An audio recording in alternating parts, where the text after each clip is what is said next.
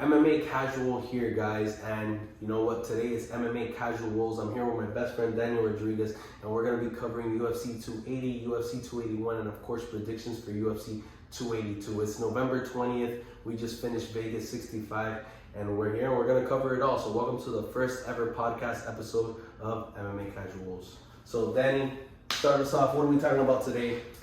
All right, so we're a couple weeks behind. We're going to touch up on UFC 280, which took place in Abu Dhabi. Historic card on paper, how it played out, maybe not so much. So we'll review it now, at least the top 3 fights of the main event, or the main card.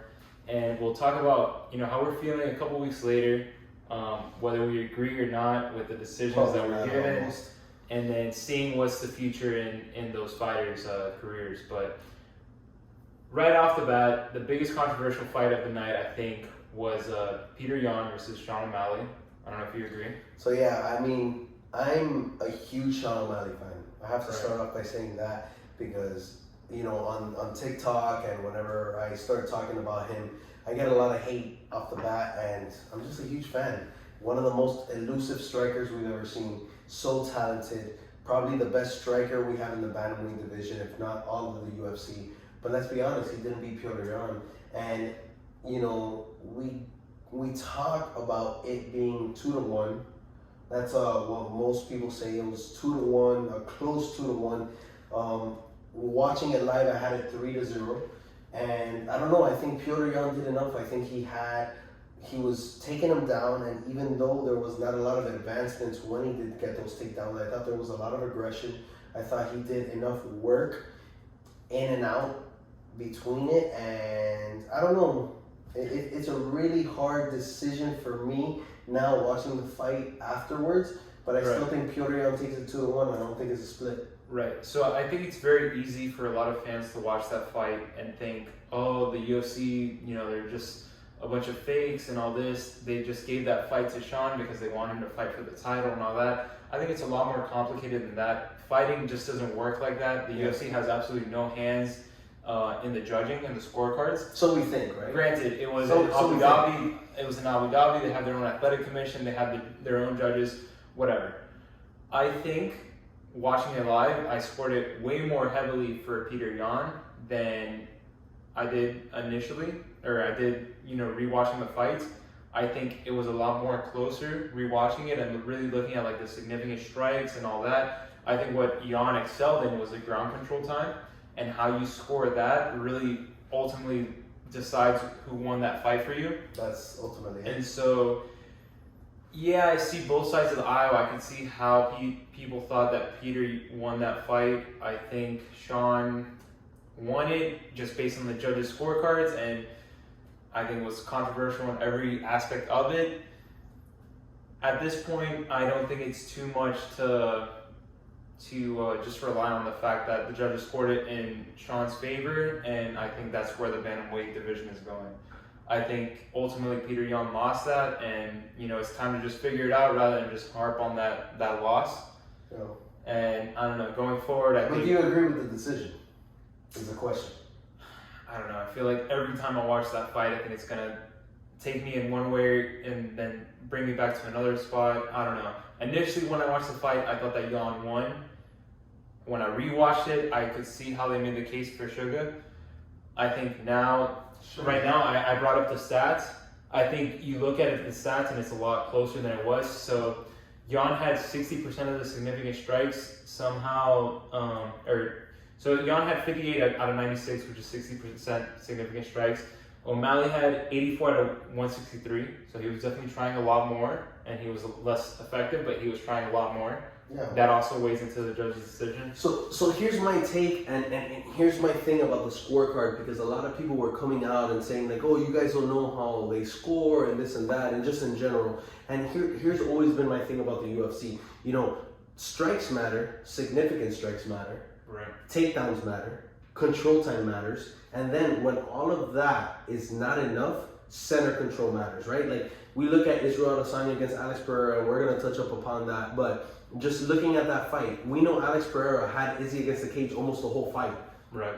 When we have a really close fight, that's what we take into account. So in a fight like Sugar and Piotr Jan, where Piotr is taking him down, is taking him against the cage, is getting him in clinch. Look at Jose Aldo's last fight.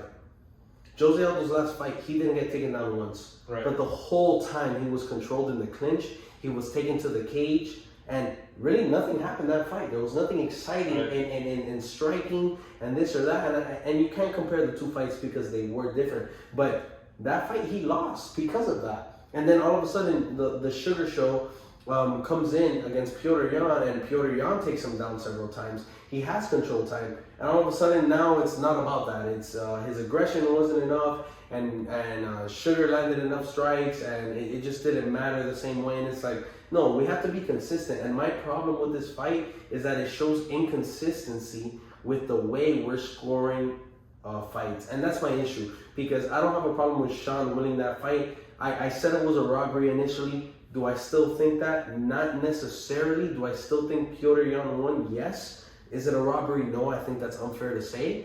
But I think we're inconsistent with our scoring, and that's my point. And I 100% agree. I don't think it was a robbery. I think you could see it going one way or the other, whether or not you score for Jan or for Sean. I think the only way to make this right, going forward in the bantamweight division, is that you give Jan a fight against Cheeto for the interim bantamweight title, and then you do Cejudo versus Sterling for the championship, and then winners of both of those fights fight each other. But I don't know, it just wasn't such a clear, decisive win for Sean to throw him right into the title mix. But I agree. At the end of the day, the guy sells tickets, he puts butts in seats. So you might just do that fight, Sterling versus Sean. So you think Cejudo versus Sterling? Right. And you think Jan versus Cheeto? O'Malley versus Cheeto. Oh, I'm pretty sure you said Jan versus Cheeto. Oh, You misspoke. Okay, so I agree. Yeah, where do you put Jan here? I think Jan fights the second best guy. So at this point, maybe Merab. Okay. But even then, it makes sense. Last You one know against what? Aldo was I agree and so much, because I love Sean O'Malley, but Sean O'Malley does not deserve a title shot right now. And it goes with the decision win. It goes with how the rankings have worked. It goes with his history. Even Cheeto, I think Cheeto deserves a rematch against Sean O'Malley. Sean O'Malley deserves a rematch against Cheeto, better said. And yeah, Sterling wants a money fight. He said that he wants to fight the Sugar Show, which I understand. It is the money fight in the bantamweight division. I know the UFC is going to want to promote that.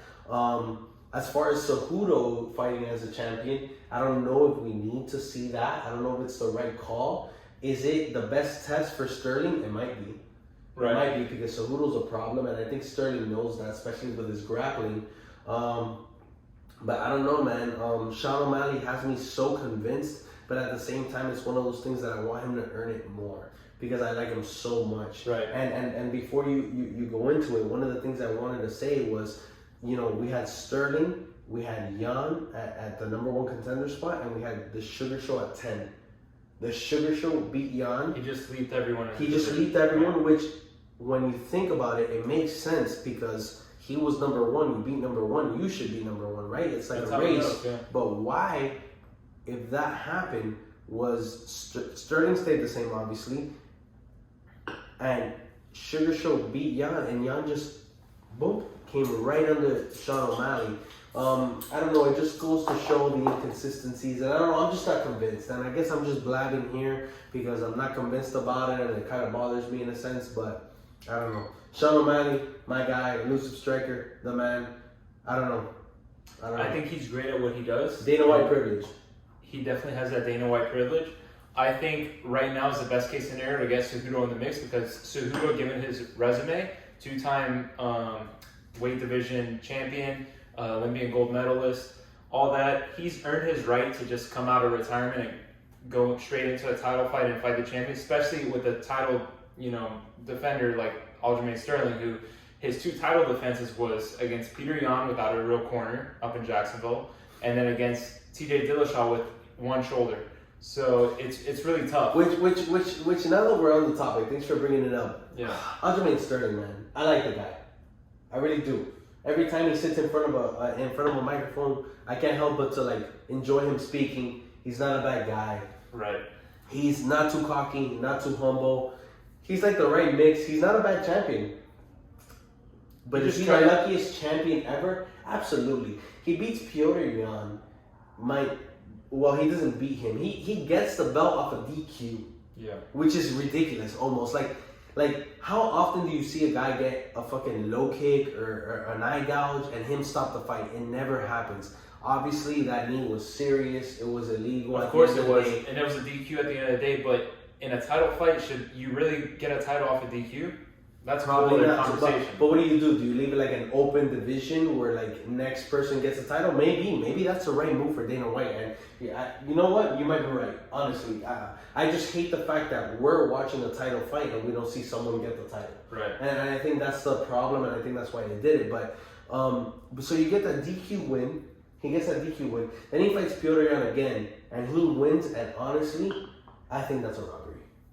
I really do. I don't think Aljamain Sterling won that fight, and that's fine. I mean, we could disagree there, and that's fine. He's the champ. But then we come now on TJ Dillashaw, which that's the next fight. I guess we moved on. TJ Dillashaw comes in without a shoulder, without an arm, really. The man's coming in with one arm, and I can't hate him enough for it. He said specifically in the post-fight that he popped his shoulder out of place like 20 times in camp. And he still showed up to the fight. So. Disrespectful. Yeah. And, you know, we say that because obviously we gamble, we put money down, we have parlays going. And I hate to say it, MMA Casual, if you guys follow my page, you know my prediction had TJ Dillashaw in it. I thought he was going to come out hungry. He was going to come out different. I've never been impressed with Aljamain Sterling. I thought he was going to do something to him. And then you come out without an arm. It was just fucking disappointing. It was. It was terrible. And you know what? I don't know. It sucked. And I feel like because of that, Aljamain Sterling's one of the luckiest guys I know. And I don't know him, but I'm just saying, one of the luckiest guys in the UFC. Like, his UFC championship run is based off, like, the wildest odds. Like, the craziest dice rolls, really, is what I'm saying. I've been watching the UFC since Randy Couture was the heavyweight champion, and I'm just kidding, that's not true. But I was about to say, lying on camera like that, I'm like, shit, bro. I can't remember a UFC champion more luckier than Aljamain right now. And honestly, I feel like he would agree if I was to tell him that right now. No, it's just that, like... Who? Aljamain? Aljamain thinks... Aljamain doesn't think he's lucky. Aljamain thinks the DQ was legit and he deserved it. He doesn't think it was a close fight between him and Jan, or if he thinks it was close, he thinks he won it. And he thinks that TJ Dillashaw losing his arm in the fight and fighting like that is his problem. And I mean, he didn't have none of control, which is true. Right. He didn't have control of TJ Dillashaw being an asshole. Yeah, of course. You know what I mean? And I get it. TJ Dillashaw needs a paycheck. But you should disclose that stuff. Yeah. He should have pulled out of that fight weeks ago. Yeah, as soon as his shoulder popped out of place for the 5th time, he should have been like, hey, maybe I shouldn't be fighting some guy on MMA Casual's TikTok, which, of course, if you guys don't follow that TikTok, some guy said it. He's like, you don't pay TJ Dillashaw's bills. And I said, yeah, I don't. You know what? You're right. And, you know, he doesn't base his life off our bets, and I don't blame him. But, you know what? Like, the fact that he went in there knowing that, you know, he's going to throw a straight and his whole shoulder is going to be dislocated. I mean, you're somewhat of an asshole. Right. You know what I mean? Like, if you're dealing with an injury that's minor and, like, it's like your pinky and it's not going to affect you that much, whatever. But, like, if you're dealing with an injury that's going to affect your fight completely, like, pull out or disclose it. You know what I mean? Right. And, I mean, again, it's easy to say from our seat here in this comfy couch, but I don't know. I just fucking hate it, man. I hate it. It's unfortunate. I think TJ definitely had a really good shot at that belt with Aljamain as the belt holder, but given the injuries going into it, given his age, I don't know if he's really going to get back to that point. So I understand where he was coming from, that he didn't want to pull out. Had to do it. Yeah. You know, the opportunity's not always going to be there, but it is what it is. Now, at this point, should he hang it up? Probably. Yeah, you gotta retire after that. Yeah, maybe a third fight with you were Cody. Like, and I hate it because a lot of people don't think about it, but like PEDs in the UFC, they go hand in hand, and people don't think about it, but like it's been around forever since day one. Right. And like fans who are like either oblivious to like substance abuse and like the steroids and sports. They don't understand it, right? And like something like the UFC, it's always been around. And it's not only about getting bigger or stronger, it's about endurance. And we go as far as blood doping, which a lot of people don't even know about. And like, I don't know why TJ Dillashaw's a poster boy. He really is. He definitely is the icon for it, just because he came out right away. I think in 2019 when he failed that drug test, he came out right away and said, "Yeah, I did it. I fucked He up." just as like a man." admitted to it, right? Right, and as a man, he did the right thing. But it's also like, bro, your peers are also doing this, and they're getting away with it. Why are you They're not like saying just, shit. Why are you why are you just like being the big guy like out of the group, and you're admitting to it? He paid so heavy for it, and you know what? And one of the things is that Dana White not praised him, but kind of said like he was like, yeah, like he gave his respect. He gave his respect because he owned up to it, and some people were even like, why are you like praising him and giving him the benefit of the doubt? And it's like, what do you mean? I think Aljamain said that. Champion of the division, he was upset that Dana White. Yeah, right. It was right. You're right. It was Aljamain Sterling, and he basically said like, why is Dana White praising Aljamain Sterling for taking drugs? Right. And the reality is, it's like, bro, this is the guy who took the hit for everybody. Like, this guy was the only guy who's like, hey, I'm on drugs, I'm on PEDs, and mind you, right. He's at 135. He's at 135. This guy's like the smallest of the guys doing it. Yeah. Like, we got guys at fucking 205, 225, 240, 185. Like, every division you could think of where you don't want fucking performance enhancement drugs in, those guys are all juicing up. Right. And whatever, that's a whole podcast episode in its own that we could cover. Absolutely. But I'll give TJ Dillashaw that, man. I definitely respect him. I definitely wanted him to win. Aljamain Sterling is the champ. Whatever. I guess we move on. It is what it is. I think the next fight to make is him versus Cejudo. I would love it. I think Cejudo has earned the right to just walk into that division and get a title. I agree. Absolutely. Triple C, he's as cringy as it gets, but I think Triple C is deserving, and I think he's the biggest problem for Sterling. Unfortunately, Sterling wants the money fight. The money fight is Sugar Sean O'Malley. Right. And if that happens, I wish Sugar Sean wins, and I hope he does some crazy knockout. Yeah, I hope Sean knocks him out in the first round. And you know what? Now that we're still here, Sean O'Malley showed some improvement on the ground. Oh, he definitely did. He definitely proved that he's like, hey, I'm elite. I'm an elite contender. I'm a striker, but hey, you're gonna try to take me to the ground. It's not gonna be easy. And I thought that was pretty dope. So, I think he has skills on the ground. I think against someone like Henry, he's gonna struggle a lot. yeah. Also, you're facing Cejudo, best of the best when it comes to the division overall, and then just considering the grappling, it's a whole other level. I don't know. I think Sean's chances against Sterling are very, very good. Even against Cheeto for an interim belt. I would love that fight. I love that fight. I think that's the fight to make. I love that matchup. I don't know. I just think Jan was really robbed of a good decision there. It is what it is. And you know what? Jan's been on the wrong side of a lot of things. I wouldn't be surprised if Jan changes promotions. Right. And you know what? Jan might pick up a few more dollars in a different one. Yeah. And I saw a meme the other day on Twitter that said, Jan, if that knee didn't land, and it's like Peter Yan with like 8 belts under him. Because honestly, it's true. Because had that knee not landed, he would have been defending that belt up until this day. And he'd probably be winning. Right, yeah. I think if Piotr Jan is champion and Sugar and him have the same fight, they give it to Piotr Jan. Yeah. And still, rather than NU. Right, because you have to show more for a championship Yeah, fight. absolutely. We're going to touch upon that when we get to one of the fights. So I guess we have to move on because we're fucking... Right. We're eating up the bantamweight division here. So, talk to me. Main event, 280. Disappointing. From my perspective. It took me 3 fights to finally get under this So what are we talking about? Maybe no one knows about, they're not like us, UFC 280 main event, like who could think of that? But we're talking about... The biggest fight you could make up until October 2022. Islam Makhachev versus Charles Oliveira for the lightweight belt. And what a great matchup, what a great card. Honestly, everything we've talked about to this point has been on that card, and it's just ridiculous. It was the best fight that you could make in the division. Easily. Regardless of Islam's previous fights, many people argue that he shouldn't have been there. Maybe many people argue that he didn't fight enough top tier guys to earn a spot against the champ Charles Oliveira. So Charles Oliveira, the last 3 fights, has completely, at least from my perspective, shocked everyone. He beat Dustin Poirier, he beat Justin Gaethje, he beat Michael Chandler, and in all those fights he showed that he was getting rocked, that he was facing adversity, and somehow in one way or another he ended up winning the fight. And you got this guy, Islam Makhachev, Khabib's prodigy, basically. His coach describes him as better than Khabib. Basically, Khabib's wrestling mixed with better striking and all this stuff. Basically, the next up-and-comer in the lightweight division.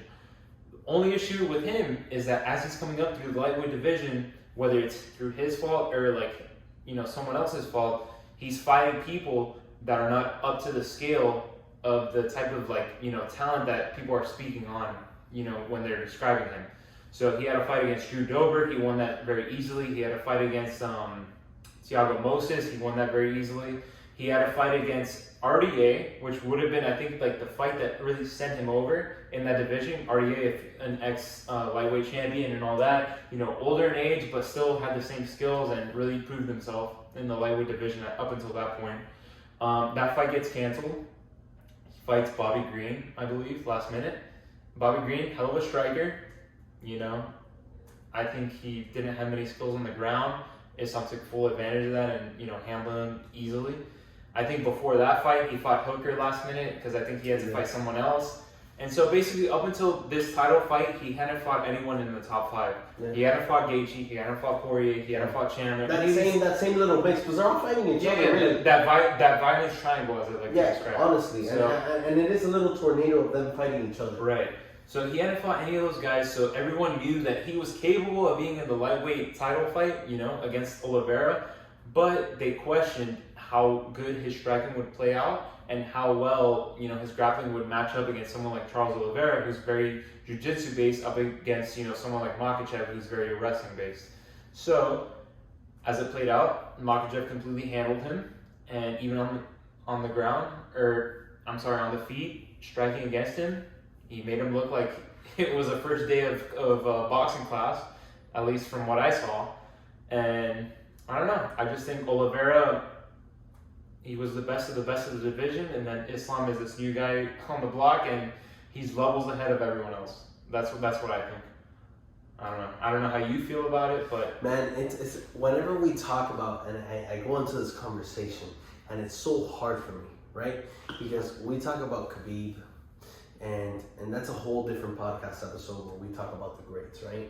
And I have to. There's so many factors into Khabib, why he was great, why he fought the way he did, and then we move on, right? We have someone like Charles Oliveira become champ, and he's dominant. He has wins over Gaethje, he has wins over Chandler, he has a win over Poirier.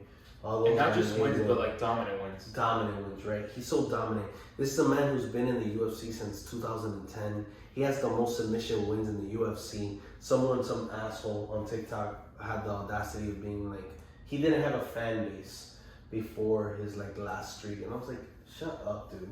Charles Oliveira is the man. You know what I mean? Anybody who's been into UFC for a while knows that. And, seeing Charles Oliveira build himself up and become so dominant against these guys like Dustin Poirier. Dustin Poirier is an animal. Michael Chandler is an animal. Justin Gaethje is an animal. Just those 3 wins right there, you're so credible. You're almost Hall of Fame with those 3 wins. Those guys are all as tough as nails. So you're going to go in and you're going to fight this guy who apparently doesn't have a good resume, and he outclasses you like that. I think it just goes to show how scary, really, right? How scary this Dagestani team is, right? So I always tell people, I always tell people, Khabib, and a lot of people say it, his whole life was religion and his discipline. It's that simple. His life was religion, discipline. You cannot beat that. People in America cannot beat that. People in most countries cannot beat that because that discipline isn't there. The man, and it sounds so stupid, he did wrestle bears. And I hate using that example because it's on a leash and it's what can a bear bring to the table? But it's I don't know, man. He wrestled a bear. That power, that will, a kid wrestled a bear. What is that guy scared of? You know what I mean? You don't see that in America. Yeah, I understand it. It does nothing in the octagon. It really doesn't. What grappling skill does the bear have? Right. But it's a fucking bear. You know what I mean? It's pretty And that's insane. always my point. And when I talk about these guys, I think what differentiates them between all the other fighters, and mind you, they're fucking putting away black belts in Brazilian Jiu-Jitsu. Right, and Khabib is a white belt, technically. Technically in Brazilian Jiu-Jitsu. So it's like, it's scary, bro. It's like, what do they know that we don't?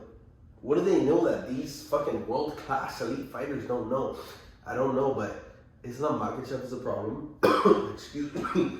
And that just goes to show their mentality overall. One of my favorite Khabib clips of all time is when he was talking on his fight with my favorite fighter, Dustin Poirier.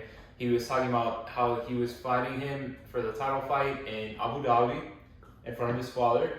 And then Dustin Poirier was, grappling on the ground. Dustin Poirier's a black belt. He does well on the ground against an elite wrestler like Khabib, maybe not so much. But, he was going for the choke. I forget what kind of choke it was. I think it was maybe a Darce or something. Mm-hmm. Or maybe a rear naked choke. I don't even remember at this point. But he was going for it, and he was trying to tap out Khabib. And Khabib, in an interview, was later speaking on that, sequence of events. And he was saying, Dustin's this crazy guy. He's thinking I'm going to tap in front of father. Absolutely not. I'm never going to tap in front of father. And it's like, that just shows you the mentality that these guys have. It's like, I'd rather die.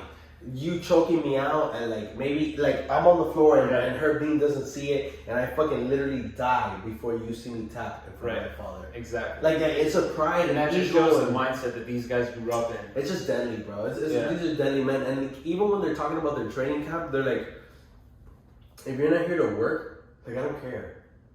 Don't complain.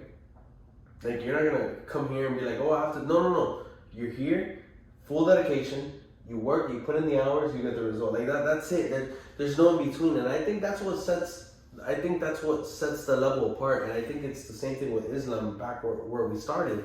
And Islam Makhachev is gonna be a problem, and you put him against someone at the top of the division, which we Dustin Poirier just beat Michael Chandler, and we'll touch upon that.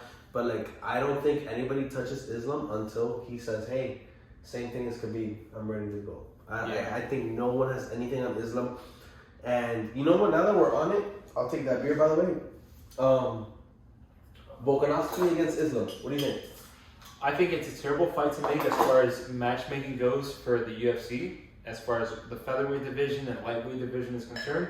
Because right now, I think the rightful person to fight for the title is Beneil Dariush against Makhachev. I think it's a perfect fight to make. That's a good match. I think fight too, right? Yeah, right. Beneil Dariush has so much grappling skill. And there's plenty of fights that you can make at 145. Volk versus Yair Rodriguez, or maybe against Josh Emmett. Yeah. Whichever fight you want to make, I think it's fine. I think in the position that Volk is in, number one pound for pound, he wants to challenge for the belt above. Whatever, you give it to him, and maybe he deserved it, maybe not. I think Makhachev's going to run through him. I think Volk is an outstanding fighter. I think he holds his own in each aspect of mixed martial arts. I think Makhachev has a 40-pound weight advantage on him, and he's going to show it in every single aspect of mixed martial arts. Because I think Makhachev is, maybe not as skilled in each aspect of mixed martial arts as Volk is, but that weight advantage really goes to show, how much better he is at the overall sport than Volk is, at least at lightweight. So I'm gonna play the blind father. Okay. I'm definitely gonna play that. Volk, you said Dustin Poirier is your favorite fighter. He is. I have to say, I think Volkanovski is my favorite fighter, and I've grown such an attachment to his fight style and just who he is as a person that I'm sold. I'm like, whatever you say. He could go fight Francis, and I'm like, you know what? Maybe he gets enough calf kicks. Right? Maybe there's enough calf kicks in the world that do it. And what I'm gonna say is that I think he's going to be faster than Islam. I think Islam's going to deal with striking he's not used to. And I think Volk is hard to take down. I think he's going to be really hard to take down. And because of that, hopefully Volk holds his own and he takes the win. Ultimately, if I had to put money on it, I'm going to have to say Islam wins that fight. But you know what? I'm not counting Volk out. I think it's going to be a good fight. We're not going to touch upon this now because it's a whole rant I have. I hate the whole double champ thing. I don't think any champion of any weight class should be jumping in and out of a division. I think Conor McGregor started that, and I think it's bullshit. I think it was super unfair at the time. I still think it's unfair, but you know what? Everybody's doing it. Volkanovski, you have your right to shine. Pound for pound best. Do it. Yeah, and also McGregor set the standard for it, or like the trend, but also DC did it. Fucking Israel Adesanya went for it. Nunez did it, but also like in a division that's not as challenged at 145. So you know what? I guess we're not gonna touch upon it. Here's what bothers me, and I guess I have to touch upon McGregor's legacy and whatever. For those who don't know, I was a huge McGregor fan. I still like McGregor, but I hate the way his career went. I think that's what's fair to say. So McGregor goes up, has a great featherweight run. Right. He fights. Let's cut this. He fights Dennis Siver, fights Chad Mendes for the interim belt. Yeah. He beats Chad Mendes. Beats Jose Aldo, what everyone knows is that famous 13-second knockout. Right. From there, he goes and fights Nate Diaz. So from 145, he goes to 170. No reason for that because he was trying to fight RDA at 155 for the championship. It does but then not RDA matter. Couldn't show up, and then Nate Diaz couldn't make the weight and all this stuff. It does not matter because he ends up at welterweight. I don't care about the excuse, right? Even if he had to fight at 155, he ends up at welterweight. Does it twice. Goes back out of nowhere. He goes to lightweight and fights Eddie Alvarez. Best performance of his career, in my opinion. Great performance, yeah. Best performance of his career. I think so. I think it's fair to say because everybody loves that Jose. He was not only a weight class above like his division, but yeah, absolutely outclassed Eddie Alvarez that night. Eddie Alvarez looked like an amateur fighter next to him. Right. I thought it was like not even close, and that's fair to say. 155. From there, you venture off into boxing, or somewhere in between. He ventured off into boxing, and then you're gonna come back. You do Khabib. You lose to Khabib. Then you go back to welterweight, lose at 170. Then you come back to Dustin Poirier twice and lose. His career has been absolutely absurd, and you know what? It's not about that. I hate the fact that he won the featherweight belt 145. From there, there's no defense. We go up to welterweight, even though again he was supposed to fight RDA. Welterweight. And then all of a sudden you get a 155 shot. Why are you getting a fucking lightweight shot? You haven't defended this belt in almost a year. Why are you getting this shot? Whatever. They gave him a money fight. Why? And then you win the 155-pound belt. And after that, you're gonna be an asshole. Venture off into boxing, and you're not gonna defend either. They both get vacated. And I mean, he fights Khabib ultimately for the belt, but it's fucking nonsense. Right, and the big fight showed who was the best at 155 because... I mean, it showed he should have never had it, really. I mean, he beat... You know what? Yes, he should have had it. He beat Eddie Alvarez, but... But Eddie Alvarez at that time was not the best lightweight on the planet, so... He was the champ. Yeah, he was the champ, but he wasn't the best lightweight at the planet. The champ is the best lightweight. It is what it is. Right now, the champions are the best. On paper, sure, but I think if Dustin Poirier fought him, I think if Justin Gaethje fought him that night, they all would have won. But I mean, it is what it is. We can argue that, but it is what it is. The champion tells us who's the best on the planet, and that's on simple. Paper, sure. It tells us who's the best on the planet. And anyway, my point to that is that Conor McGregor grew on this fucking terrible fucking... I mean, he started this terrible culture, and it's not him, it's Dana White, really. It's money, it's the UFC. And, you know, we have someone like Daniel Cormier doing the same thing. You know, afterwards. Right. We have someone, like you said, we had Amanda Nunes, which actually... Amanda Nunes doing it makes so much more sense.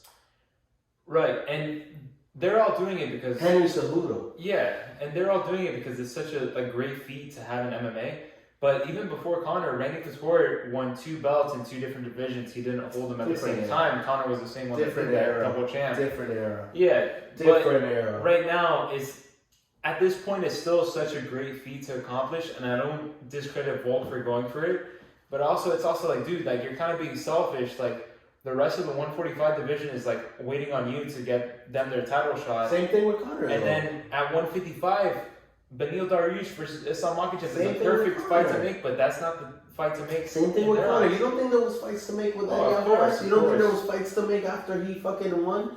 Of course there was. Absolutely. Especially while he was fighting Nate Diaz twice. Right. You know, like, there was so much time, and even the 145-pound division. Right. Featherweight and lightweight. So my point is, I don't disagree with you. What I'm saying is, like, the same shit happened with Conor McGregor. Nobody gave a fuck. So you know what? Like, both have the same thing. Because it was Conor McGregor and his name, and fair enough. Because Volk is not the same as Conor. He brought that boxing aspect to it, where it was. Anytime Conor's fighting, it's a big fight. Everyone in town knows it. You know, you're going to your... It's not even boxing. It's bigger than boxing. Conor was something different. You know what I mean? It was just his that's draw. A whole other podcast too, but... Yeah, his draw did something different we never see. But what I'm saying is... He changed it. No, I mean, bro, fucking people into the sport. A lot of people like literally started watching the sport because of McGregor. Right. So you gotta give him that, and I think he changed the sport forever. But if you're gonna do it for McGregor, you know what? Your number one pound for pound fighter for the last 2 years, give it to him too. Yeah. You did it for him, whatever. You know, and I'm not saying I agree with it, but I think you gotta do it. So anyway, we'll move on from UFC 280 and we move on to UFC 281. And I think that's a good transition. Talking about McGregor, we're gonna go into McGregor's daddy, Dustin Poirier, who's 2-1 to him. Bring out that card. I want to see it there. 281, Madison Square Garden. You know, it's their 2020 Beautiful. card in New York. We were Madison able to Square see Garden, the mecca of sports. Mind you, I think Dana White said this in the press conference, but it was the second biggest sold out event at Madison Square Garden ever. I think the number one was like UFC 205, McGregor versus Eddie Alvarez. But he's just comparing it to just UFC events? No, overall. Really? Yeah. And also the UFC has an advantage against like other sports where pay-per-views. they can fill out spots like on the floor and all that, whereas like other sports have to like... No, they also have pay-per-views. Like, right, exactly. Yeah, they charge for that. So it was a big event, and it was arguably, I think, the best UFC fight night or, you know, pay-per-view that they've had all year. Pay-per-view of the year. I said that from the get. I said, well, no, actually, you know what? I'm wrong. UFC 280 in my head was supposed to be the best fight. When I saw the results and how it panned out, I said, you know what? We still have UFC 281, and I think that has the potential, and it delivered. It fucking delivered. And let's tell them a little bit about what we did. So Daniel and I, actually very good friends, we were in Vegas, and I was actually getting married. And when we were in Vegas, we ended up in Resorts World. Right. Because, funny enough, if you didn't know this, UFC has a contract with MGM Grand. Even when they're there in Vegas, you want to watch the fight, you can't. You're at a hotel, you want to order the pay-per-view on your TV, you can't. You have to either do it on your phone or you have to find the place who shows it, which is what, like 5-6 places? Yeah, there was a handful of bars like in the area. It's all, I think, MGM properties. I'm not even sure. Yeah, I think they have to be MGM properties. It's all BS, honestly. Right. And we found a place called Red Tail. Red Tail. Red Tail was in Resorts World, which 10 out of 10 recommend. Fun place. Yeah. Very cool. If you guys are in the area and want to watch a fight, definitely recommend it. Red Tail. Yeah, so sponsor us, Red Tail, give some money for fucking shouting you out. But we were there at Red Tail. We got a table, it was a high top, whatever. There's obviously a minimum. They have some pretty good TVs that were massive. Right. And we saw this fight. So then take us away. So it was a big historic card. Looking back at the main card and how it panned out, I think some fights could have been on the prelims. I don't know. With how it panned out, it doesn't even matter because there were so many first round finishes in this card overall that it was just historic, you know, from start to finish. Yeah. I think if we started with that Dan Hooker fight against Claudio Pugliese, I think Claudio showed up expecting a jiu-jitsu match, and it's like, brother, you're in the UFC. Like, bro, this is not you're not going for this guy's ankles every single time you can. What the hell was that almost? Like I almost feel like he had to pull up and he had to have a gi on. Yeah. It was embarrassing. It was bad. I'll give him the benefit of the doubt. I think he probably had an injury or something and just didn't want to like stand up and strike. But I don't know. No, I think every single chance he had to go for like Dan Hooker's ankles, like he went for it, and Dan wasn't playing it. I mean, every time you stand in front of somebody, you have the chance. Yeah. So I think he's a one-dimensional fighter. He's one of those guys, and I only say this: if you're Mr. BJJ, you got to do two things. One of two things. You either got to be able to strike and get close, or you got to be able to take your opponent down and then use your specialty. Right. You got to do one of the two. You're in between. Brazilian Jiu-Jitsu's in the middle. If you're a striker, you're a striker. You're going to hold your own. If you're a wrestler, you're a wrestler. You're going to hold your own, right? Like Kamaru Usman. I can take you to the cage. I can take you down, have you in your back half control. If I'm a striker, I'm going to strike. I'm going to strike. I'm going to strike. I'm going to have control with the striking game. If you come in with Brazilian Jiu-Jitsu, you're at the disadvantage. Right. You know why? Because you're not MMA starts, like Joe Rogan always says, MMA starts on your feet. You start striking. Yeah. So wrestlers, not saying you have the advantage, but wrestlers, you're working to always take somebody down. Right. Striking, you're going to be striking, that's what you start off at. But Brazilian Jiu-Jitsu, you got to be able to get down there, and then you start your art. Yeah. And this man could not do that. He had no... And he was forcing it too much. The opportunity wasn't there, and he just went for it. Because he had to. I mean, Dan Hooker, you got to give respect to the Hangman. And he hit him with some brutal body shots, some side kicks. So he was just outstriking him, and then Claudio had nothing to do. Right. And then he just went for a few takedowns that were embarrassing. He had him on the floor for a little bit. Dan Hooker fucking responded very well to it. And then after that, it became so embarrassing almost that I said to myself, I said, if this kid doesn't kill Dan Hooker in the next 15 minutes, whatever, let's say he had 12 minutes left, if he doesn't kill Dan Hooker in 12 minutes, 10 minutes, 7 minutes, whatever was left, he's never getting a main event shot again. Like, he had Madison Square Garden in the biggest card of the year fighting Dan Hooker to start the main card, and he's doing this bullshit. Dana White literally was looking at that kid and saying, you're fucked. You're basically cut from the UFC.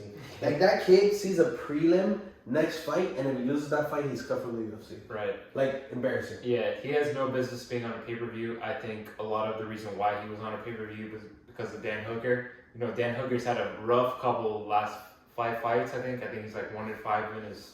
After such a good streak before that, right? Though, you know, like. So he's had a tough go around the last 2 years, and I think they just gave him this fight, you know, to give him a chance to, you know, still prove that he's like up there in the lightweight division and all that. I think Claudio just pulled up with the worst game plan you could possibly do. You know, it wasn't working the first 2 times that he went for his ankle, so might as well, you know, go with the flow of how the fight is going and all that. It is what it is. I think Dan Hooker is a great fighter. I think his record in his last 5 fights, you know, it is what it is. He's fought the best of the best, but he also shouldn't get too much confidence off this last one against Claudio. I think he still has a lot to prove in that division. I agree with how hard he took those last 5 fights. Right. I think he has a and lot to like make that up. win streak that you were talking about earlier, you know, when he was on, but, you know, let's just make sure that he's still on that same focus, because in this game, if you're not, you know, completely tuned in and completely motivated, then it's very dangerous, because at the end of the day, you're fighting for a living, and, you know, things can go one way or another, and you never know. But I'm gonna be honest with you. I think this fight said more about Claudio than it did about Dan Hooker. I agree. I didn't say, hey, let's put Dan Hooker up 2 notches. I said, let's leave Dan Hooker where he is, and I said, let's put Claudio down 7 notches. On the early prelims, yeah. Yeah, like you know what? Like, Dan Hooker, I'm not impressed. This guy was bullshit. Claudio, what the hell are you doing in the main event? Yeah. That's what it did to me. So, like, Dan Hooker felt great. His family was there. His wife was there. You never want to lose in front of your wife. And we'll talk about that in the next fight, obviously. But it's like Claudio, get that guy out of here. Dan Hooker, great job, I guess. But and you know what? You got credit when credit is due. He did do a good job. He had a good performance. But Right. we still need to see a lot more when he's gonna perform against the top 10. You know. Right. So let's move on I to guess- the most. Well, finish there and we'll move on. Transitioning into why you should never bring fans into UFC fights. I was gonna say that I'm gonna tear up, bro. Don't do it. Don't do it. It is tough. We lost the legend of the sport, you know, in this fight card. One of my favorites, honestly. Frankie Edgar. Honestly, like, if you're a real UFC fan, this guy, it's gonna sound super sus, holds a special place in your heart, but he really does. Like, Frankie Edgar is a staple. Right. He is a staple for the UFC, man. Right. Like, for someone who's been watching for over 15 years, he is. Yeah. This guy has been fighting in the UFC since, I think, 2007, 2006. It's crazy shit, man. 15 years plus. That's kind of unheard of in a sport like MMA, you know? Very rare. And especially in the UFC that, you know, just 30 years ago they were getting their bearings and all that. I think... He was that large part of a revolution. Right. Of an evolution, really, of how the sport changed and what it became, and he's been a part of each step since. He brought that whole New York, New Jersey, that whole area into MMA. MMA in that area was illegal up until 2016 when they went to Madison Square Garden for UFC 205. That Daniel lost. I don't know, Frankie's a legend of the sport, and, you know, looking back, I can't believe this guy fought at 155 and was a champion at 155, because you look at today's game at 155, That's another topic for another podcast. Right. We have so much to touch upon, right? Like, it's like this guy was a champion in the same division as Islam Makhachev, which is kind of crazy. But you know, it just shows how much the sport has evolved. So many overall, I love that they gave him the opportunity to fight in front of MSG and his one last way out, fight in front of the hometown, all that. I think the person that they matched him up against, I think it was a good match per se as far as like matchmaking goes.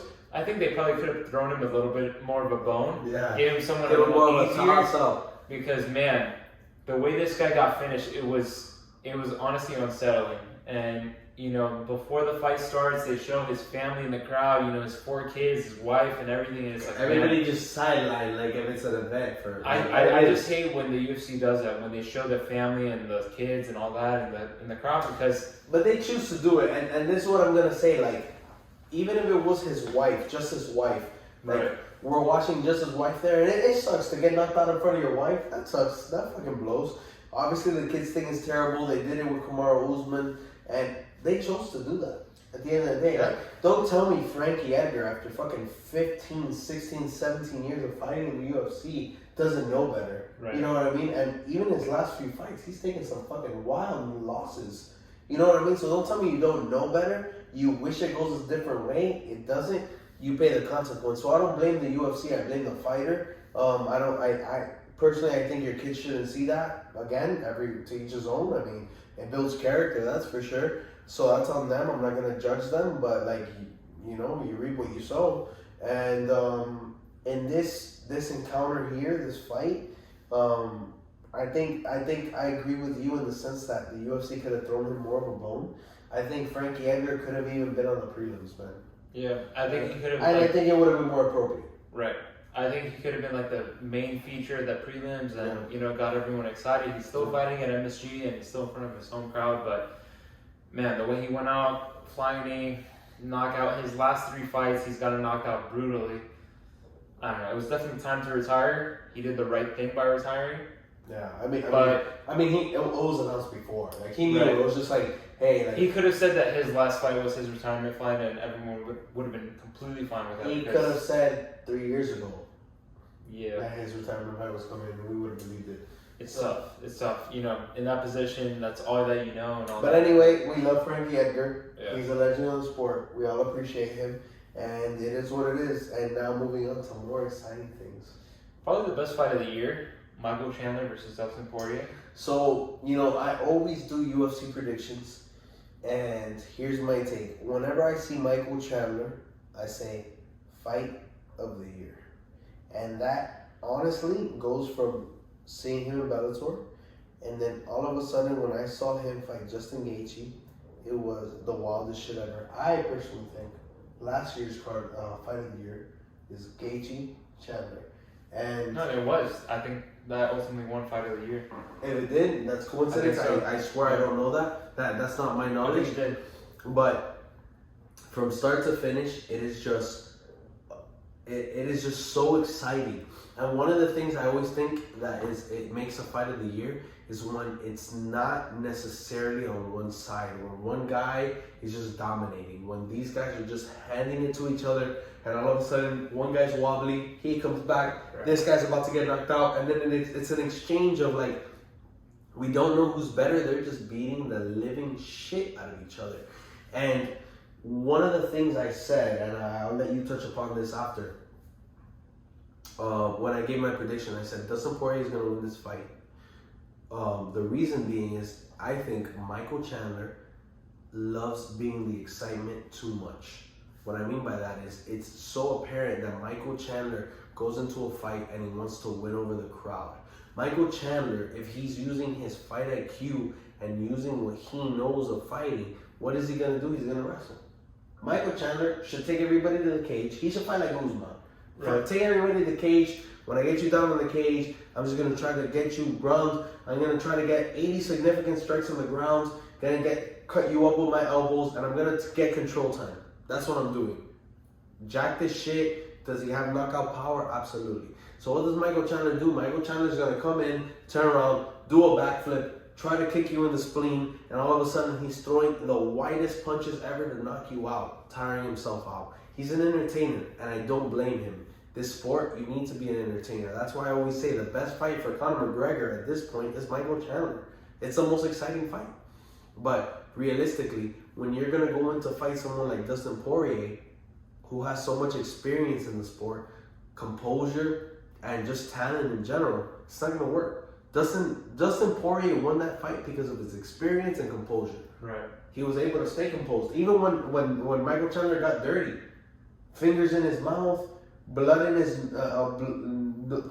bloody nose all over Dustin Poirier's face. Dustin Poirier's like, bro, I've done this before. This ain't shit. This is what you got for me, bro? Right. Wipe this shit off.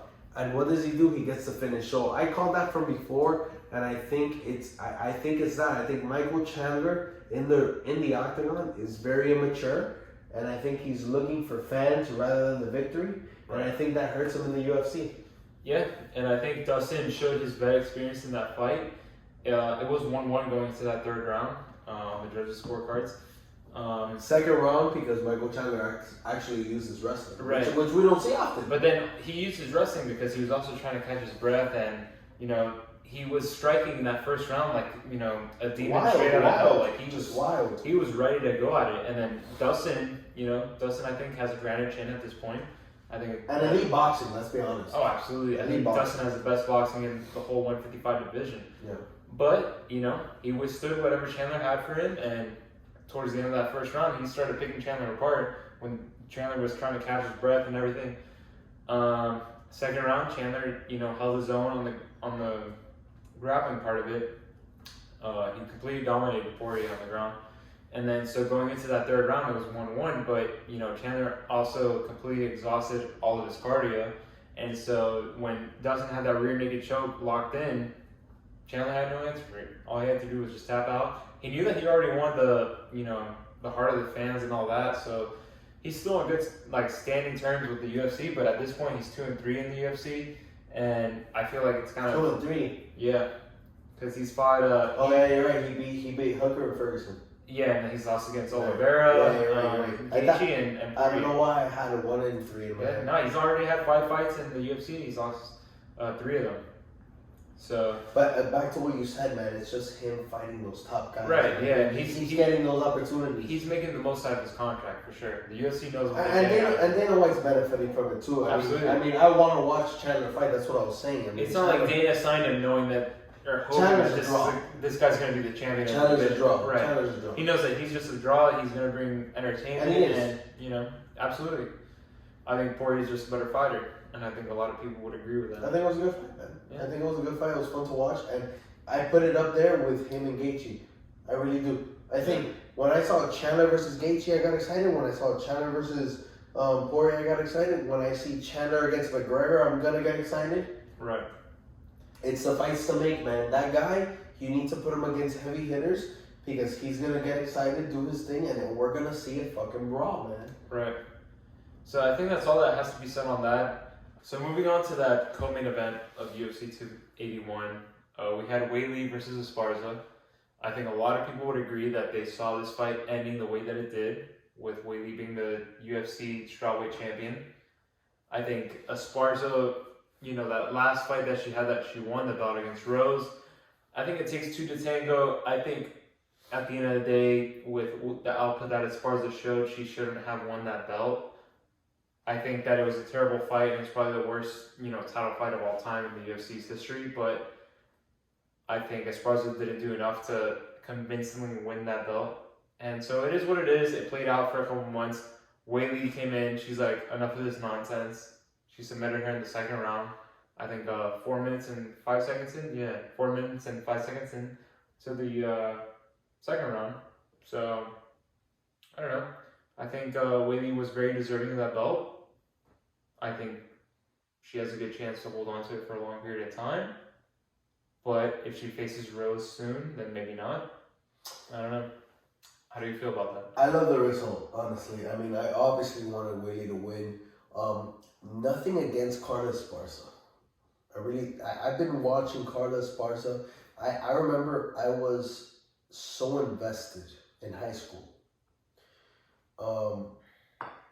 Into that Ultimate Fighter season where they were starting the strawweight belt, that strawweight division for women, and Rose, Carla Esparza, Felice Herrig, Miranda Marcos, a lot of people, and I don't know.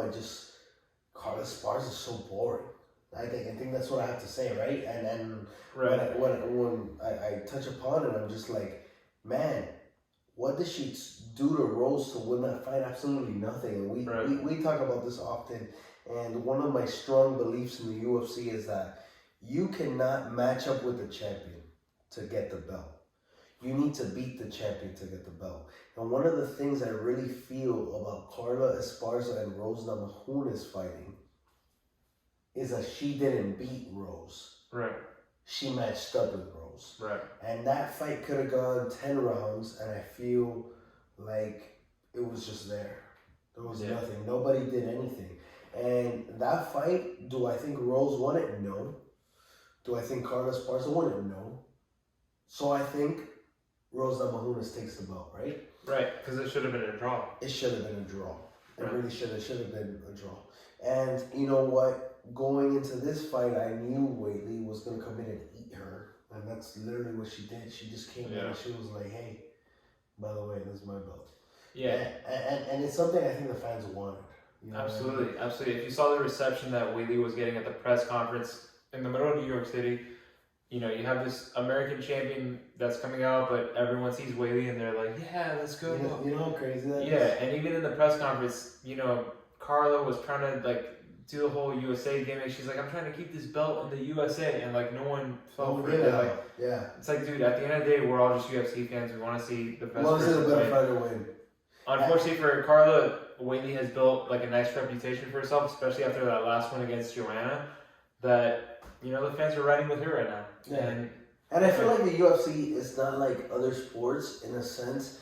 I mean, I get it. Like, if I'm from freaking, I don't know, if I'm from Chile, you know, and I'm watching the UFC and there's one Chilean fighter. Right. And all of a sudden he's contending for the belt. Yeah, of course I'm going to go for the Chilean fighter. But, like, at this point, we're UFC fans. I want to see the better fighter win here in the States. You know what I mean? Yeah. I don't And you think about the division and everything. Yeah, I don't have like a preference because we have so many fighters. You know what I mean? In my humble opinion, I think Carla Esparza had no business holding that belt in 2022. I agree. think given her last like run of fights, that she had a nice streak that got her to that fight against Rose.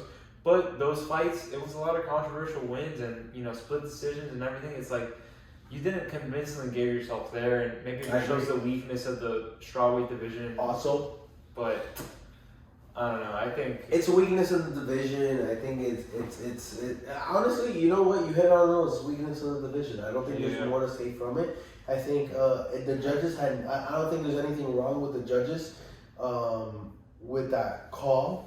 Because I don't think Rose did anything impressive that fight either. Yeah. But I'm a firm believer again, and I'm sure we'll touch upon this later on more podcasts.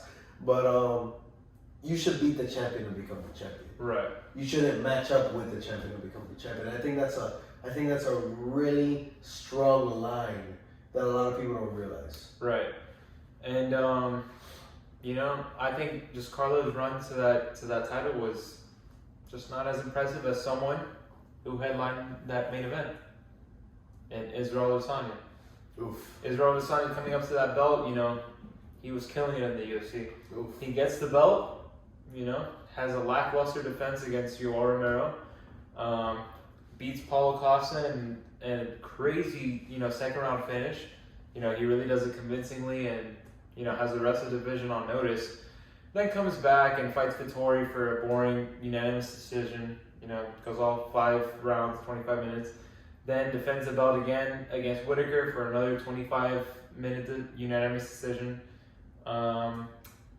Moving forward in the rest of the year, he fights Jerry Cannonier in that UFC 276 card.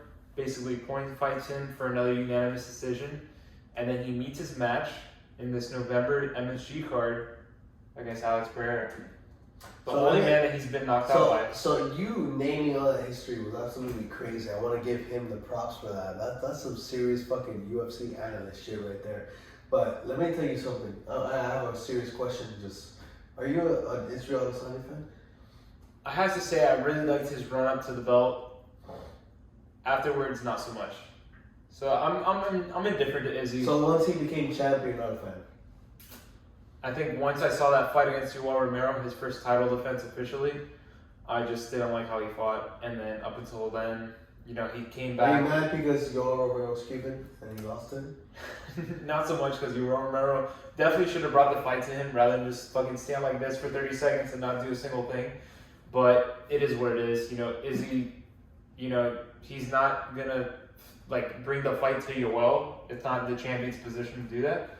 But I don't know.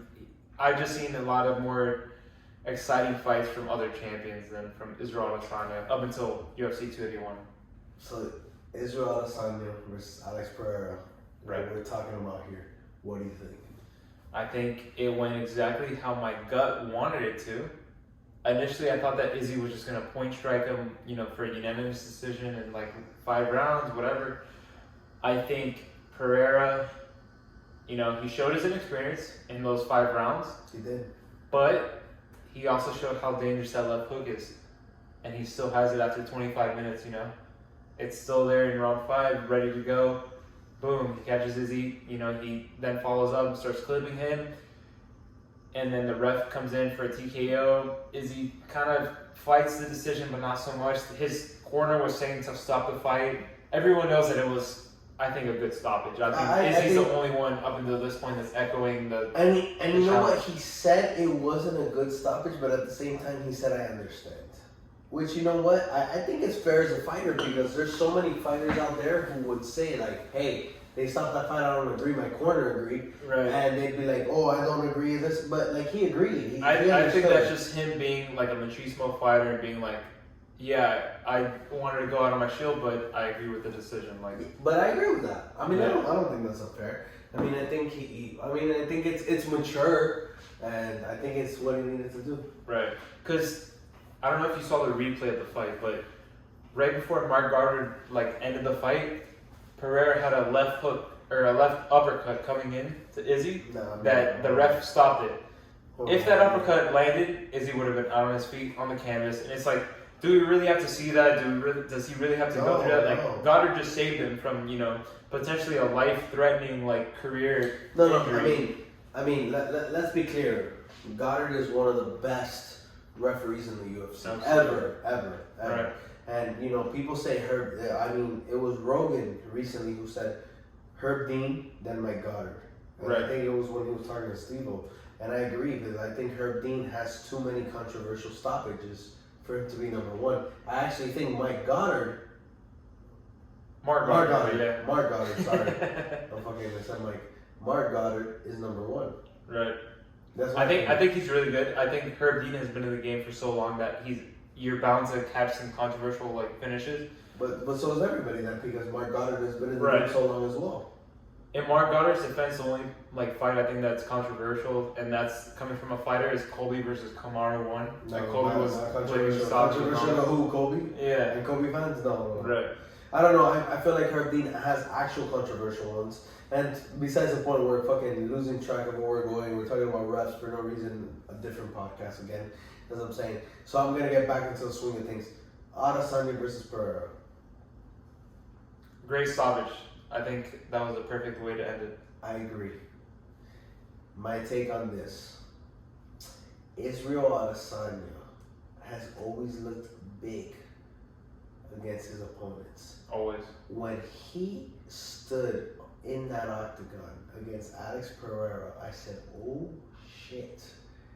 Alex Pereira outsized him like a fucking power lifter to a fucking amateur bodybuilder in college. Bro. And like this shit was ridiculous. I was like, what the height advantage, the reach advantage when they were standing. Everything looked so crazy for the middleweight division, and I said, oh shit, there's a reason this guy's lost 2-0. And before they fought, and you can look at my TikTok videos, I said something, and you know what, I'm gonna break this down, I'm gonna be slow, I'm gonna be precise, I'm gonna take up time. There's an aspect of the fight game that people don't realize, and it's the mental game. The mental game goes far. The mental game goes with your preparation.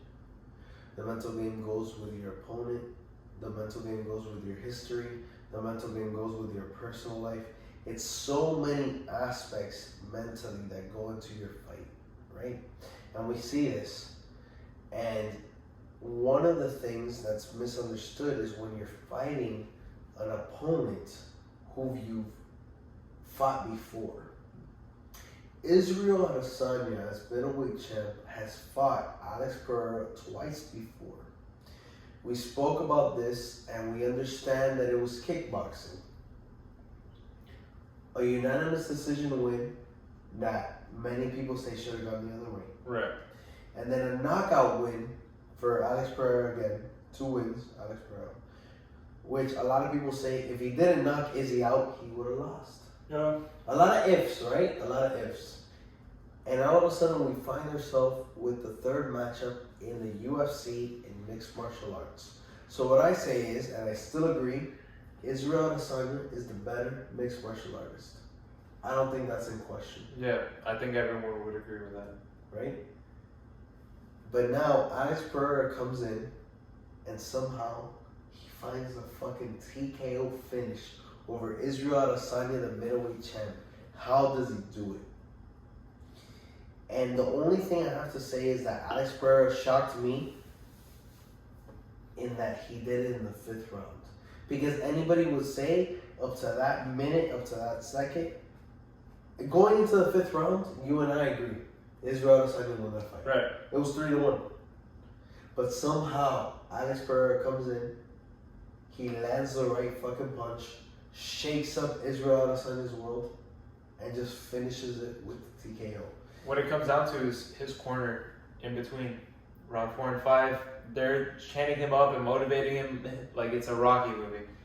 He comes into that 5th round and he's ready to start striking. I don't know if you remember the start of that 5th round, but he was just throwing blows. He was hungry. He stood up before. He stood up before the 60 seconds. Right, exactly. He just started going and started landing. So much Finally, fun, right? So much fun. in that sequence towards the end of the round, he just started catching Izzy, and then he lands that one left hook that finally rocks him a little bit, and then he just follows it up. And you know, like looking into it now after watching the replay, it was such a long duration of beating the shit out of Izzy, which I didn't realize. I really thought it was like 1-2, gets him to the cage, 1-2-3. Right. Fucking Mark Goddard stops it. It really wasn't like that. It was a fucking like 40 seconds of beating the shit out of Izzy. Right. And you know what? Ultimately, what did it was Izzy dropping his head, and it's like, dude, that's when you're vulnerable. Listen, Yeah. You're gonna catch a knee, you're gonna catch an uppercut, you're gonna catch any hook. Like it was over. And he even said it, which he admitted. Oh, maybe my eyes rolled back. He did. Yeah. Your eyes rolled back and you move forward. If a fighter's saying, "Oh, maybe my eyes rolled back," it means their eyes rolled back. Motherfucker, like your eyes were fucking looking behind your They head. know damn well their eyes rolled back. Yeah, you know exactly what happened, and I think the fact that fucking happened to Izzy, I love it for the UFC. I love it for Izzy because it makes him hungry again. I love it for Alex Pereira. And now that we're speaking about that, I just want to say that I think the best matchup for Alex Pereira is Robert Whittaker. I think Robert Whittaker wins the championship against Alex Pereira. So not the best matchup for Alex Pereira, but the best fight to make in the middleweight division. Definitely Whittaker versus right. Pereira. Definitely I think the right. best matchup for Pereira right now is Izzy again, because I think he's gonna just train for another kickboxer and try to catch him again. That was poorly spoken, obviously. Yeah. What I meant was the most exciting thing in the middleweight division, and I think what's going to change it up the most, obviously, would be a rematch. Right. Yeah, it's dumb not to say a rematch, but what I'm saying is the only person I really think that could freaking tear up Alex Pereira, and I think it's because he's so elite, man, in everything he does. Right. And Just his size alone against the rest of that division, it's like he has. It's crazy, but Robert Whittaker is so good all around that I think he's almost better than Izzy facing up Alex Pereira. If Whittaker's chin holds up, I think he has a really good chance against Pereira. I think Vettori has a great chance against Pereira because he's already proven that he has a granite chin and that his wrestling and grappling is good enough. Right. So, I don't know. There's a lot of fun fights to make in the middleweight division. I think ultimately what they're going to end up doing is another rematch against Izzy, and I think. It's deserved. It's deserved. Yeah, I have no problems with that. Israel Adesanya, and I'm going to look at the camera here, and this I guess where the cut is for the TikTok. Israel Adesanya deserves a rematch against Alex Pereira, and you know what? he might get that win, and then we get a trilogy fight. It only makes sense. It's what's destined. It's what Dana White wants. It's what makes sense. It's just what I think is gonna happen. But let me tell you something. Robert Whittaker beats Alex Pereira. That's my take here on MMA Casual. I think he beats him 9 times out of 10. That's my take. Honestly. And that just goes to show you the advanced levels of MMA and mixed martial arts, you know. You can be really good at striking and kickboxing and all that. That's where Izzy and Alex, you know, really excelled at. But, you know, you have a whole division behind you that's really good at the other parts of MMA, you know, grappling and everything. I think Vittori, I think Whittaker, I think Costa, they all present really big challenges to Pereira. So it really shakes up the division that, you know, he won that in the 5th round. But we'll see. I don't know. I think he's going to ultimately end up facing Izzy for a rematch. Yeah, reasonably. Yeah. That's what should happen, honestly. It's the right call for Izzy, and I mean, we're going to do the same thing for Usman. We should do the same thing for any WWE champion. And I think once Alex beats Izzy for the 2nd time, his next fight should be a challenge for the 205 belt, which is now going to be challenged again in this upcoming card, UFC 282, December. Fair enough. And what's that card looking like, man? December, I think, 13th? I don't even know. I think you have... No, I'm sorry, December 10th. So we're 3 weeks away from that. So, this is UFC 282. Right, Las Vegas, Nevada. Yuri versus Glover Teixeira. They're a little too early. I know. Man, I don't know. Going into that first fight with Yuri and Glover... And before we get to that, what do we have under that? There's some exciting fights. I think we see a former welterweight champion in Robbie Lawler versus Santiago Ponzinibbio. Bullshit. You know? Move. Pass. You don't want to talk about that one? I can see that. Yeah. Patty Pimblett versus Jerry Gordon. Alright, I think we should talk about Patty Pimblett. I think that's friggin' fair. Patty Pimblett? I think Patty brings up some conversation. Patty? Barstool Sports? I think Jerry Gordon is a tough opponent for him. I think that's I'm really not gonna lie hard. to you.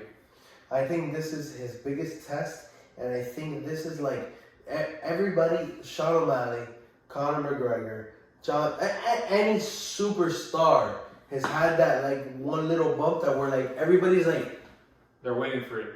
But what if boom? And you know what? Most of the guys, even though like some don't make it, say it's Northcutt, things like that, some guys don't hit that bump.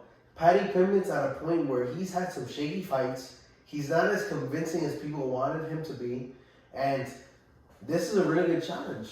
And he's been fighting in London up until this point. I think his first UFC fight was he always has home court, which in UFC is unheard of, right? I think his first fight was in the Apex, and then he had 2 fights in London, and you know, of course, he had home court, and you know, had the fans, you know, going crazy for him. I think Jerry Gordon is a huge test to him, especially in Vegas. I think if he had to like take any notes from his pal, his training partner Molly McCann in this last card, I think he needs to, you know, realize that it's time to tighten up and, you know, really dial into the training camp. I don't know. This guy standing in front of him is going to be a big test. Yeah, Jerry Gordon. I think it's a big test, and I'm excited to see. But realistically, and this is what's fun about this, who's your pick? Patty Pimblett. I'm going with the boy. I agree with you. I think I'm going Patty Pimblett, Barstool Sports. Yeah. We're with you. Call me young, call me immature. I like going with the hype train. I think Patty Pimblett, you know. He is exciting, man. I think and he's talented. Let's give it to him. I think he's going to catch, you know, that Vegas wave of like excitement and hype and everything.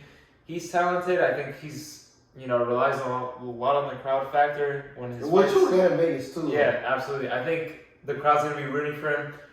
I think he has a good chance in this one. So going even further, I'm going to say Patty Pimblett by submission in round 2. So crazy call. I don't know. Crazy call. Let's throw some money on that. Next fight, co-main event. We have Jan Blachowicz versus Magomed Ankalaev. Yeesh. How are you feeling about that? You want to be honest? Yeah. Anytime there's a fighter with a beard, no mustache, I'll take him.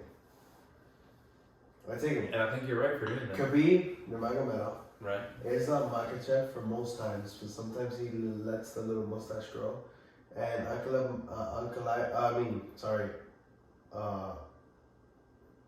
meant fucking, what's this guy's name? I remember the joke. Fucking, oh my god. Fucking welterweight, he just fought.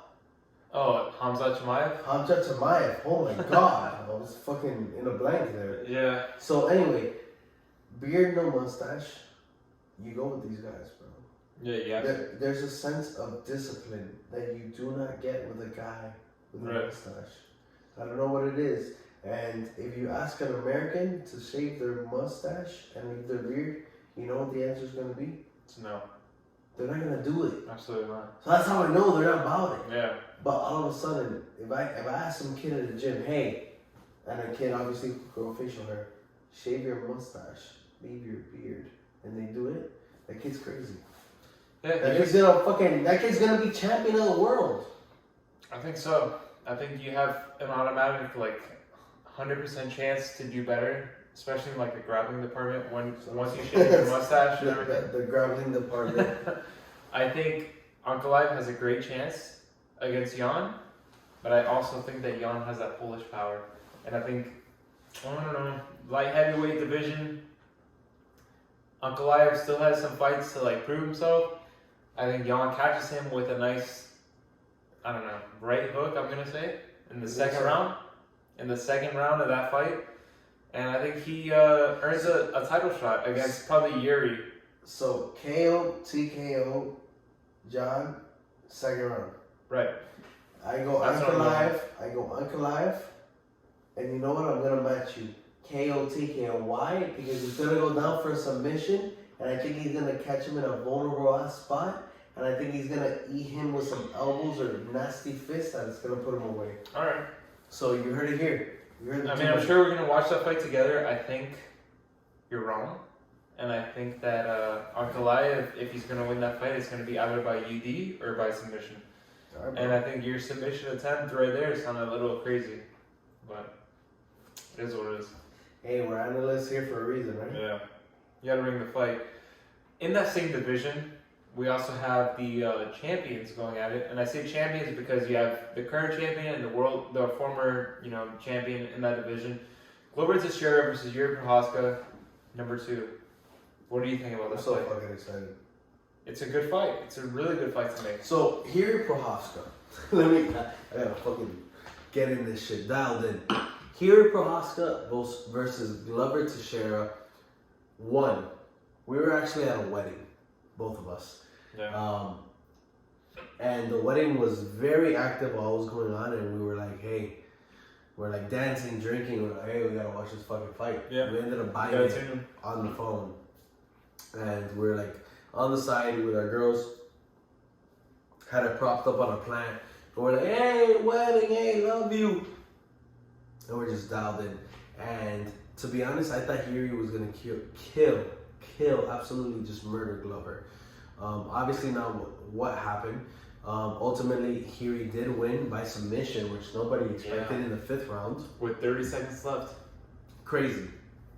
Honestly, and I think up to this point, and I think it's gonna go that way, fight of the year. Probably. I think Poirier versus Chandler gives him a nice challenge, but I think that's ultimately the fight of the year. I think the fight of the year. The stakes. Pereira Adesanya too, just because of what's on the line and how it happened. But I think that ultimately is fight of the year. This fight, I told Danny before we started this recording, Yuri wins in round 3. And did I say 2 or 3? I'm going 3 now. I think you said 3. Yuri wins in round 3 by TKO knockout. I think Glover's old, and I've counted him out for some time. And I got spit on last fight because he really did. If that fight goes another 30 seconds, he's still champion. Right. But I really do think Yuri's so much better than him. I think he's such a better MMA fighter.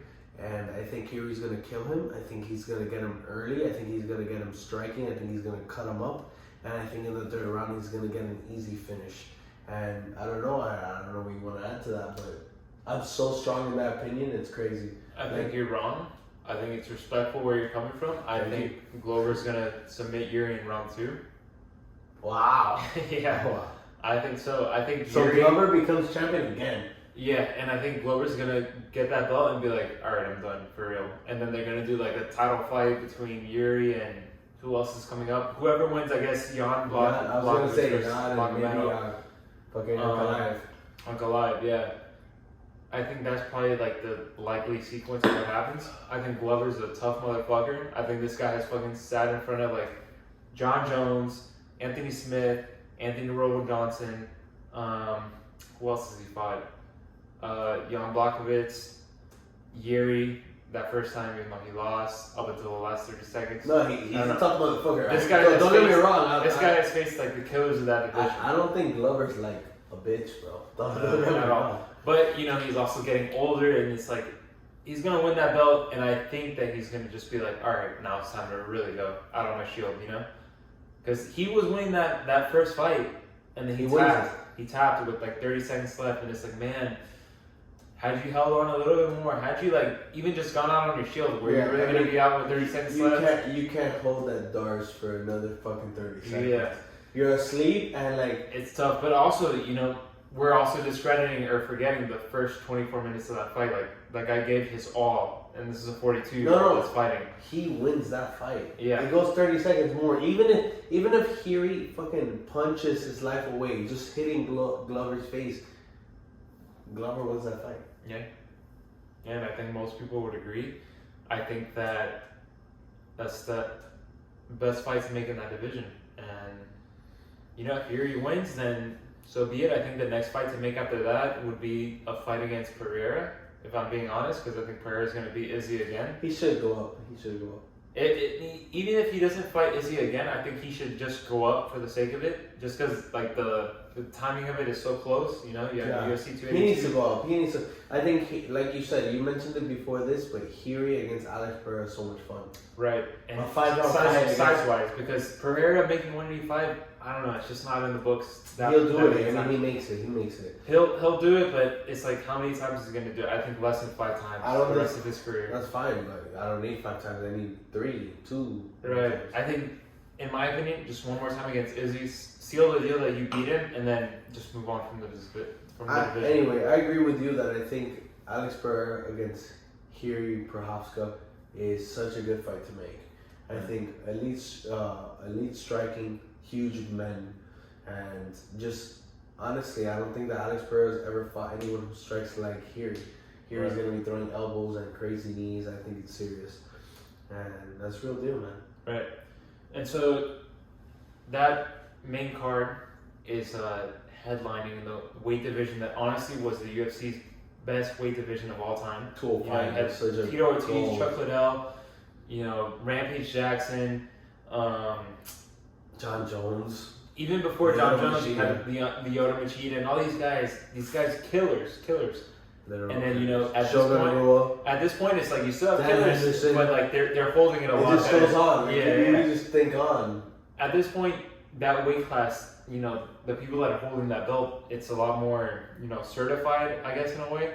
You know, they really have established themselves in like the UFC and MMA in general. I don't know. I think that if John Jones was to fight Yuri or even Glover at this point for a rematch because they fought the first time, I think he's gonna have a hard time. Because I think John Jones is gonna have a hard time. Yeah, because I don't know. Towards the end of his career, he's had a hard time getting up for those fights for light heavyweight and all that. I think his return, which was supposed to be now in December, UFC 282, supposed to be John Jones versus Stipe, at least from the early reports back in the summer. Whatever, it didn't pan out that way. I think now his next fight to make is John Jones versus Ngannou, and I think that John Jones is going to get that belt easily. So when people mention Francis and John Jones, it's hard, right? John Jones, let's say he comes in at heavyweight. Man, you're looking at a size disadvantage, right?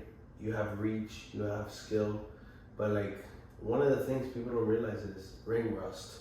Right. And it's very true. When's the last time John Jones fought? March 2020.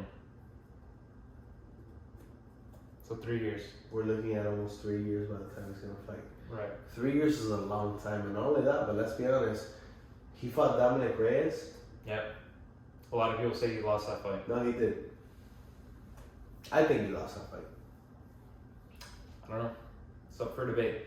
It's up for debate. So now we put John Jones in a situation where he's moving up in weight. He's older. He has ring rust. And all of a sudden he's going to fight someone like Francis Ngannou, which I agree. Francis Ngannou has much less skill than John Jones. Right. It's not even debatable. Yeah. But Francis Ngannou has knockout power that John Jones doesn't even think about having. Right. So my problem with this, and that's why I wouldn't bet on that fight, I go John Jones 110% of the time. I think John Jones strikes with him a little, takes him to the cage. I really think he does.